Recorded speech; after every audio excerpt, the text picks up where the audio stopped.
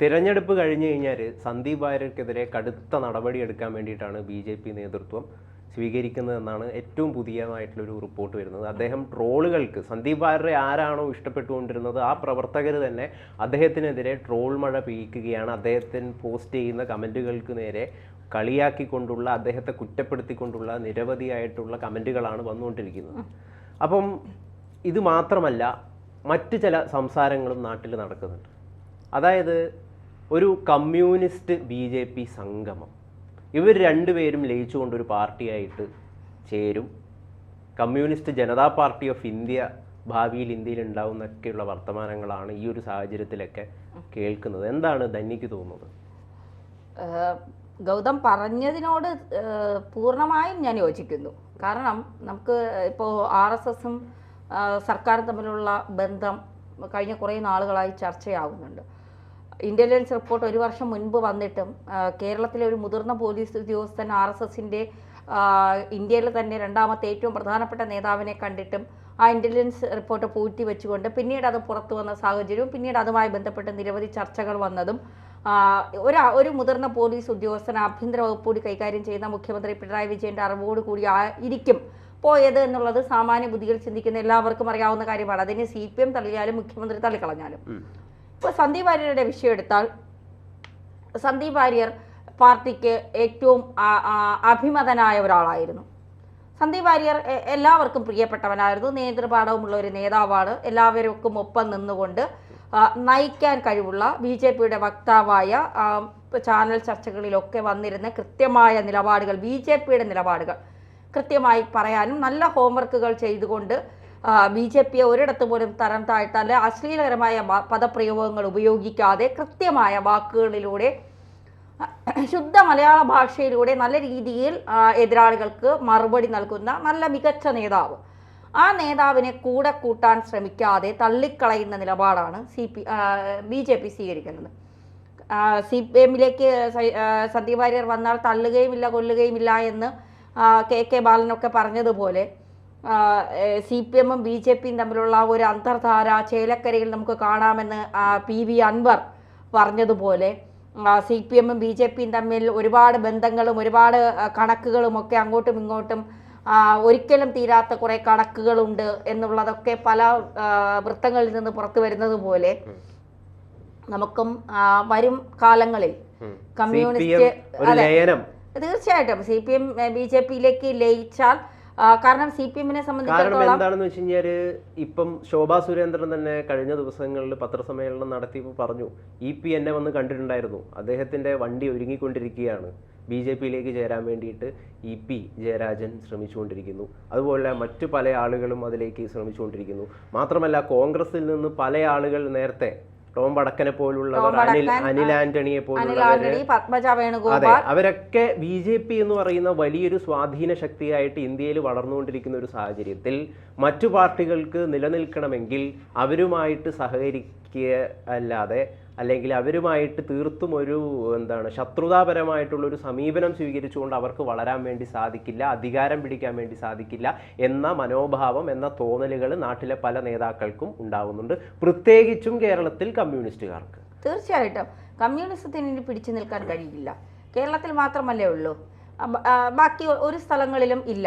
ഇനി പിന്നെ അവരുടെ ചിഹ്നം തന്നെ മരപ്പെട്ടിയും ഈനാമ്പേച്ചിയും ഒക്കെ ആകുമെന്നുള്ള ട്രോളുകൾ വരുന്നുണ്ട്. കാരണം കൃത്യമായ ഒരു ഇപ്പോൾ തെരഞ്ഞെടുപ്പ് കമ്മീഷൻ പറഞ്ഞ കാര്യങ്ങളൊക്കെ കൃത്യമായി MLA-മാരുടെ എണ്ണം, സീറ്റുകളുടെ എണ്ണമൊക്കെ കൃത്യമായി കൊണ്ടുപോയില്ലെങ്കിൽ അവരുടെ പാർട്ടി ചിഹ്നം തന്നെ എടുത്തു കളയുന്ന രീതിയിലേക്ക് കാര്യങ്ങൾ പോകും.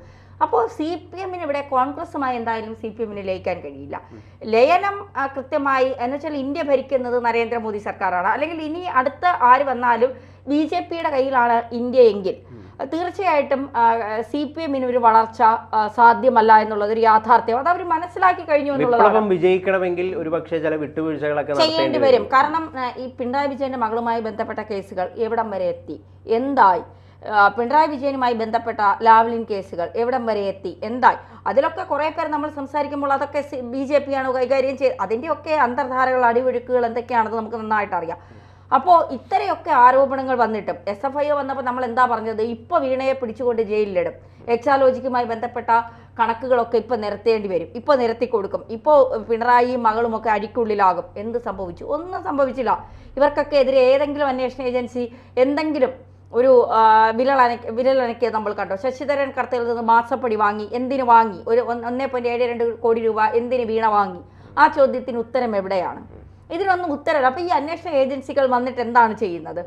ഇത് അടിയിലൂടെ പുറമെ നമ്മൾ കാണുമ്പോൾ BJP-യും CPM-ഉമാണ് ഏറ്റവും വലിയ ശത്രുക്കൾ. സുരേന്ദ്രൻ പിണറായിയെ കാണുമ്പോൾ മുഖം തിരിക്കുന്നു, പിണറായി ശോഭാ സുരേന്ദ്രനെ കാണുമ്പോൾ മുഖം തിരിക്കുന്നു, പിന്നെ സന്ദീപ് വാര്യരെ CPM-ലേക്ക് BJP കോൺഗ്രസിലേക്ക് ക്ഷണിക്കുന്നു. ഇതൊക്കെ ജനങ്ങളുടെ കണ്ണിൽ പൊടിയിടാനുള്ള സ്വാഗതം ചെയ്യുന്നു. AK ബാലൻ സ്വാഗതം ചെയ്യുന്നു. ഗോവിന്ദൻ പറയുന്നു. സുരേഷ് ഗോപിക്കെതിരെ ഒക്കെ വലിയ വിമർശനങ്ങൾ ഉയർന്നിട്ട് ജനങ്ങളുടെ കണ്ണിൽ പൊടിയിടാനായി അവിടെ ഇവിടെയൊക്കെ എന്തോ നിന്ന് പറയുന്നതല്ലാതെ എന്ത് നടപടിയാണ് ഒരു അന്വേഷണ ഏജൻസി എന്ന രീതിയിൽ ഇവിടെ സ്വീകരിച്ചത്? അന്വേഷണ ഏജൻസി എന്ന രീതിയിൽ ഈ CPM നേതാക്കൾക്കെതിരെ ഉയർന്ന അഴിമതിക്കൊക്കെ എതിരെയായി BJP-യുടെ കേന്ദ്ര ഏജൻസികൾ എന്ത് നിലപാട് സ്വീകരിച്ചു? എന്ത് നടപടിയെടുത്തു? അത് ശരിയാണ്. അതിപ്പം നമുക്കറിയാം, കേരളത്തിലെ മറ്റ് സംസ്ഥാനങ്ങളിലെ പല സ്ഥലങ്ങളിലും BJP വലിയ രീതിയിൽ സ്വാധീനം അവര് ഉണ്ടാക്കി കഴിഞ്ഞു. കേരളത്തിൽ BJP-ക്ക് ഒരു സ്വാധീന ശക്തിയായിട്ട് വളരണമെങ്കിൽ ഇവിടെ CPM-ഉമായിട്ട് കൂട്ടുചേർന്നുകൊണ്ട് അല്ലെങ്കിൽ കമ്മ്യൂണിസ്റ്റുകാരെ അവരെ പക്ഷത്ത് നിർത്തുക എന്നൊരു ചിന്തയാണ് അവരുടെ തലയിൽ ഇപ്പോൾ നടന്നുകൊണ്ടിരിക്കുന്നതെന്നാണ് പൊതുവേ നമുക്ക് മനസ്സിലാക്കുവാൻ വേണ്ടിയിട്ട് സാധിക്കുന്നത്. കാരണം കേരളത്തിൻ്റെ ഒരു വേര് എന്ന് പറയുന്നത്, അല്ലെങ്കിൽ അവിടെ പലതരം ആളുകളുടെ മനസ്സ് എന്ന് പറയുന്നത് കമ്മ്യൂണിസ്റ്റ് മനസ്സാണ്. ഈ കമ്മ്യൂണിസ്റ്റ് മനസ്സിനെ സ്വാധീനിച്ചുകൊണ്ട് അല്ലെങ്കിൽ ആ മനസ്സിനെ തങ്ങളുടെ പക്ഷത്താക്കിക്കൊണ്ട് മാത്രമേ കേരളത്തിൽ വലിയ രീതിയിലുള്ളൊരു അധികാരം സീറ്റ് BJP-ക്ക് നേടാൻ വേണ്ടി സാധിക്കൂ. അതല്ലാതെ അവർക്ക് യാതൊരു കാരണവശാലും സാധിക്കില്ല. ഒരു കാര്യം ഗൗതം ശ്രദ്ധിച്ചോ? പാലക്കാട് കോൺഗ്രസിൽ നിന്ന് സ്ഥാനം കിട്ടാതെ വന്ന സരിനാണ് CPM-ന്റെ സ്വതന്ത്ര സ്ഥാനാർത്ഥി. CPM-ൽ അത്രയ്ക്ക് ആളില്ലാത്തത് കൊണ്ടാണോ? എത്രയോ വർഷങ്ങളായി നിന്ന് പ്രവർത്തിക്കുന്ന എത്രയോ അണികളുണ്ട്, എത്രയോ പ്രവർത്തകരുണ്ട്. ഒരു തിരഞ്ഞെടുപ്പിലെങ്കിലും മത്സരിക്കണമെന്ന് ആഗ്രഹിക്കുന്ന എത്രയോ ആളുകൾ, ജീവൻ കളയാൻ വേണ്ടി പാർട്ടിക്ക് വേണ്ടി പ്രവർത്തിക്കുന്ന എത്രയോ ആളുകൾ. ഇവരെ ആരെയും കണ്ണിൽ കാണാതെ സരിനെ തന്നെ പാലക്കാട് പിടിച്ചു നിർത്തിയത് എന്തിനാണ്? നമ്മുടെ മുന്നിൽ അതൊരു വലിയ ഉത്തരമായി തന്നെ നിൽക്കുകയല്ലേ. പാലക്കാട് BJP-ക്ക് അനുകൂലമായി വോട്ടുകൾ മറിയണം. അത് കൃത്യമായി CPM-ന്റെ അജണ്ടയാണ്. CPM BJP-ക്കൊപ്പം നിൽക്കുന്നത് CPM-ന്റേതായ അജണ്ടകളുണ്ട്. കാരണം ഇന്ത്യയിൽ ഏറ്റവും കൂടുതൽ അഴിമതി നടത്തുന്ന പാർട്ടി ഏതാണ്? CPM-ആണ്. CPM-ന് മനസ്സിലായി കഴിഞ്ഞു, വിപ്ലവം വിജയിക്കണമെങ്കിൽ ചെറിയ ചെറിയ വിട്ടുവീഴ്ചകളൊക്കെ നടത്തേണ്ടി വരും. അതെ, ചെങ്കൊടിക്കൊപ്പം ചേർന്നാൽ വലിയ പ്രശ്നങ്ങളൊന്നും വരുമെന്ന് തോന്നില്ല. ആ ചെങ്കൊടി ചിഹ്നം മാറ്റിയിട്ട് ആ ചുമപ്പ് തുണിയിൽ താമര ആക്കിയാൽ മതി. കാര്യം പ്രശ്നം എളുപ്പം തീർന്നു, ഈസിയാണ്. ചൈന ഒരു കമ്മ്യൂണിസ്റ്റ് രാജ്യമല്ല എന്ന് നമുക്ക് വലിയൊരു കാരണങ്ങളാൽ പറയാമെങ്കിലും അവിടെ അവര് അധികാരം വലിയൊരു സ്വാധീനമായിട്ട് വളർന്നത് എങ്ങനെയാണ്? വലിയ രീതിയിലുള്ള വിട്ടുവീഴ്ചകൾക്ക് തയ്യാറായിക്കൊണ്ട് തന്നെയാണ്. മുതലാളിമാരെ തൃപ്തിപ്പെടുത്തിക്കൊണ്ട് തന്നെയാണ്, അത്തരം ഇൻവെസ്റ്റ്മെന്റുകൾ സ്വീകരിച്ചുകൊണ്ട് തന്നെയാണ്. അപ്പം ഭാവി ഇന്ത്യ എന്തായിത്തീരുമെന്നുള്ള വലിയ രീതിയിലുള്ളൊരു ആശങ്കയാണ് കേരള രാഷ്ട്രീയം നമ്മളെ പഠിപ്പിക്കുന്നത് എന്നാണ് മനസ്സിലാക്കാൻ വേണ്ടി സാധിക്കുന്നത്.